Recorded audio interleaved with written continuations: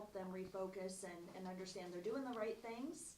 It Yeah. just wasn't happening for them. Yeah, that's a great point. One of the things you got to do is kind of take a breath a little bit, and obviously still, even though like you said, some good things, losses are losses and they're hard to take and don't make you feel good. So kind of digest that a little bit, and then on Monday you got to look at a game plan and come ready to work, and that's exactly what we did there. So actually, two really really good practices here on Monday and Tuesday, and followed up with some special teams work today. But really proud of the group just to kind of keep that focus, keep that process mindset of sticking with it and doing the work necessary to keep improving. So really good job by the group, but not easy to go through. In a lot of ways, obviously, now you go play Minnesota State team that's coming off a big win, Yeah. obviously another tough challenge ahead of you. It can almost be a positive to be able to have that ability to flush it, put that attention straight away towards a series like this, and now kind of move past this past weekend.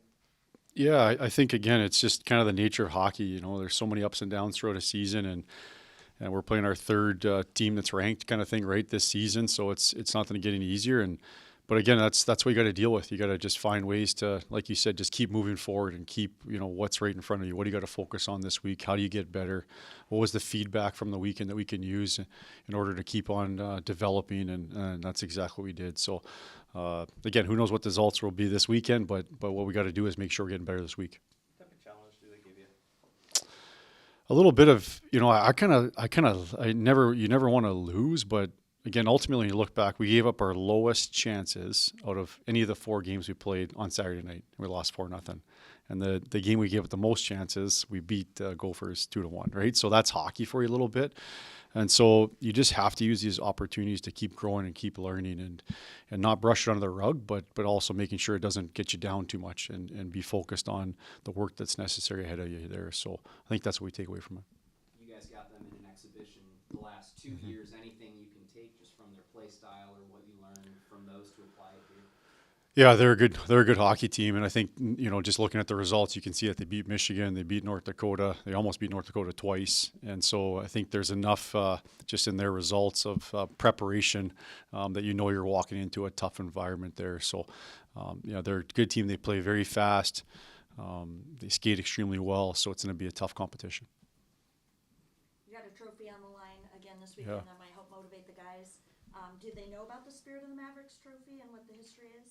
Yeah, especially the guys coming back with having them previously in the exhibition games, kind of nice to revive a little bit of a rivalry that even goes back to when I played here, kind of thing. So that will be kind of nice, and kind of a close proximity there. So nice to play some of these teams that are within driving distance for our fans and for the team. So it should be a nice rivalry here to hopefully continue to get started. We got them back in Omaha next year for 2 here too. So that will be great to have a good opponent both play there and have them back in Omaha.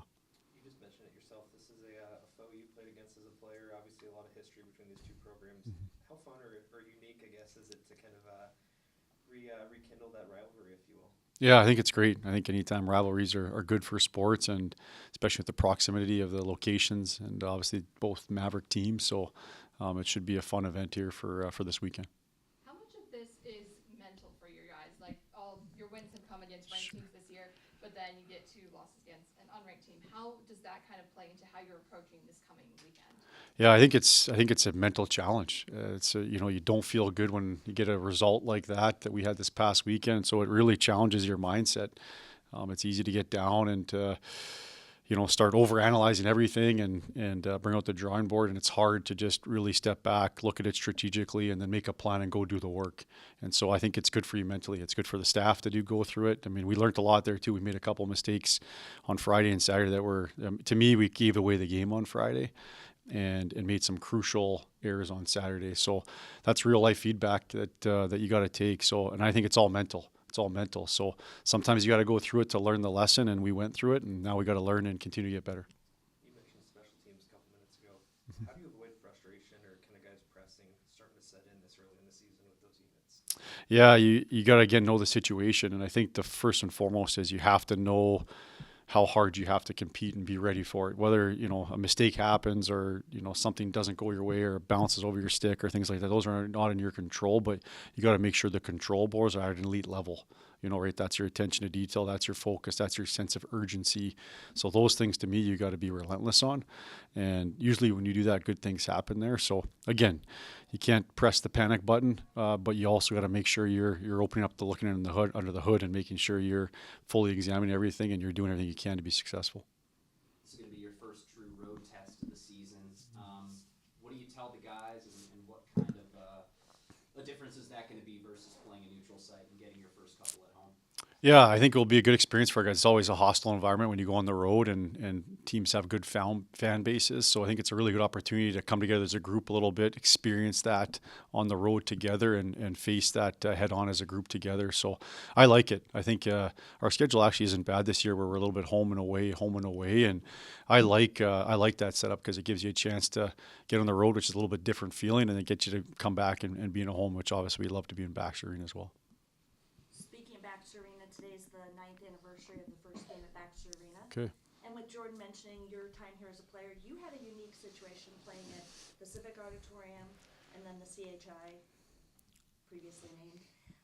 What kind of advantage has it been, or what are the differences for these guys playing at Baxter Arena compared to when you were a student Yeah. player? For fun, we should put the guys through what our schedule was like back when you used to have to work out on campus and then drive and then bus to a rink and things like that. It's a good idea. Maybe we'll give them a little taste of how good it is here, because that's exactly why it's unbelievable here, because you do get a one-stop shop. You get to come here every day and practice and work out and train and recover and eat and all those good things that are right in this location there. So there was a lot of time on buses and driving and running from class to practice, and you just probably didn't get as much of that valuable hockey time that maybe you get here with everything being on campus. So definitely fortunate to be on campus here, and we definitely love our home in Baxter Arena for sure. One more on the power play. I guess a little bit more big picture with this. How do you find a balance between just getting shots and getting chances, or getting grade A's on that look? Mm-hmm.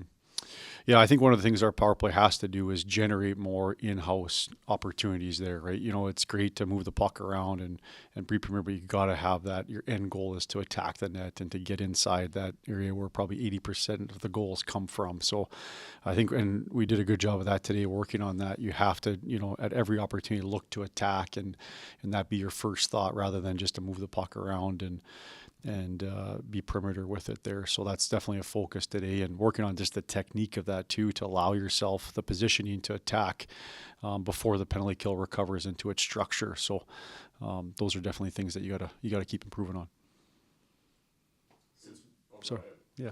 Since we talked to you last week, Victor Mancini got his first Yeah. goal, and he's got 3 straight games with a point.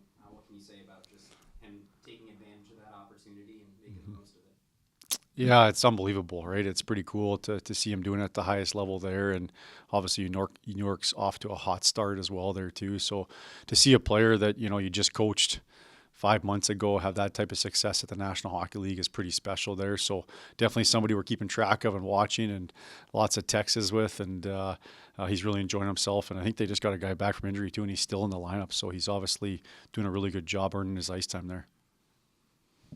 I think we're good. Combined. Yeah. Okay. That was my question. Okay. Good. Matt read my mind. There you go. Speaking of pro hockey, like Yeah. the Frozen Frenzy was yesterday. Yeah. How much pro hockey did you watch yesterday, and how much do you kind of pull from games that you do get to watch to kind of teach your guys? Yeah, unfortunately, the last few days I haven't had a chance to have the time to watch it, but I do really enjoy it. Oftentimes in the morning there too, there's a great little app you can watch the 5-minute recaps of the 10-minute condensed games there, or from looking something specifically. For me too, fortunate to have some coaches that I'm close with in the National Hockey League, so just to even watch some of their games, whether it is power play or penalty kill or 5-on-5 play, sometimes you can just look for certain tendencies you're seeing at that level as well too. So definitely love it when there's lots of NHL hockey on, and when you get the opportunity, it's one of my favorite things to do. How many similarities do you see between the college and pro game today? Yeah, there's quite a bit. Like if you look at it from an analytical standpoint, analytics are pretty close when you look at the same principles to study a game back from an analytical lens through the NCAA. They've done those surveys and tests on it, but obviously those are the best players in the world. So the decision making is a little quicker, the execution is a little bit higher level. So you got to be careful to try to incorporate everything they're doing at that level, at this level. But there's a lot of similarities. Coach Noel Bernier kind of likes to work that NHL video, doesn't he? Yeah. Way.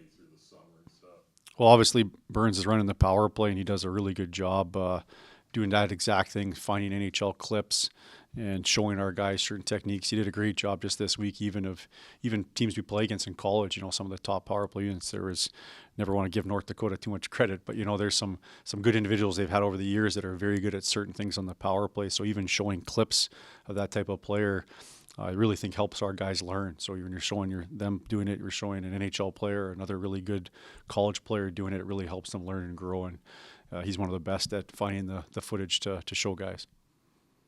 Any memorable moments or stories from when you did play Minnesota State back in your playing days or up in Mankato? Yeah, man.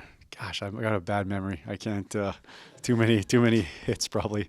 But it, you know, I think it was always kind of neat. You know, just with. I think we used to do a home and home with them, which was a little bit tougher on the travel probably. So, but again, I think it was just a good rivalry. You know, I thought they were kind of always pretty good competition for us, and there was a lot of parity, I think, between the two schools. So it was always meant for a pretty good challenge for the weekend there. So that's probably all I can give you. Yeah.